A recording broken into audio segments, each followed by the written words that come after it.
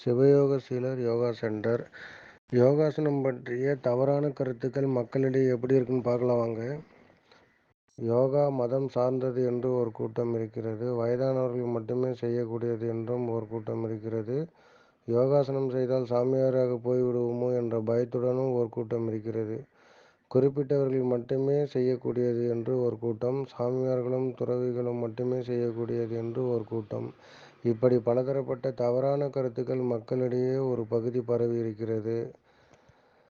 நன்றாக புரிந்து கொள்ளுங்கள் மக்களே. யோகாசனங்கள் என்பது அனைத்து மதங்களுக்கும் பொதுவானதாகும். சிறியவர்கள் முதல் பெரியவர்கள் வரை செய்யக்கூடிய ஒரு அற்புதமான கலையாகும். எப்படிப்பட்ட துயர நிலையிலும் தன்னை விடுவித்து வாழ வைக்கும் ஒரு அற்புதமான கலை யோகக்கலை. நாம் சாப்பிடும் உணவு எந்த மதத்தினர் பயிரிட்டு தருகிறார்கள் என்பதை நாம் ஆராய்ச்சி செய்வதில்லை. ஆனால் நாம் அதை உட்கொள்கிறோம் அல்லவா?